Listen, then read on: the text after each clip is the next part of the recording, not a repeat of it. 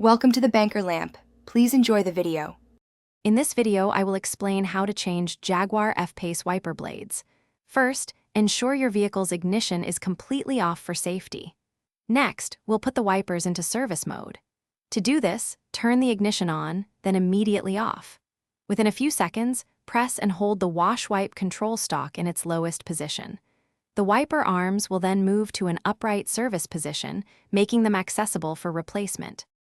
With the wiper arms in service mode, gently lift one arm away from the windshield until it locks into place. Be careful not to let it snap back. At the point where the blade connects to the arm, you will find a small release button or tab. Press this, and then slide the old wiper blade straight off the arm's connector. Repeat this process for the other wiper blade. Now, take your new wiper blade and align its connector with the wiper arm. Carefully slide the new blade onto the arm until you hear a distinct click, indicating it is securely locked in place. Give it a gentle tug to confirm it is firmly attached. Ensure the blade is facing the correct direction.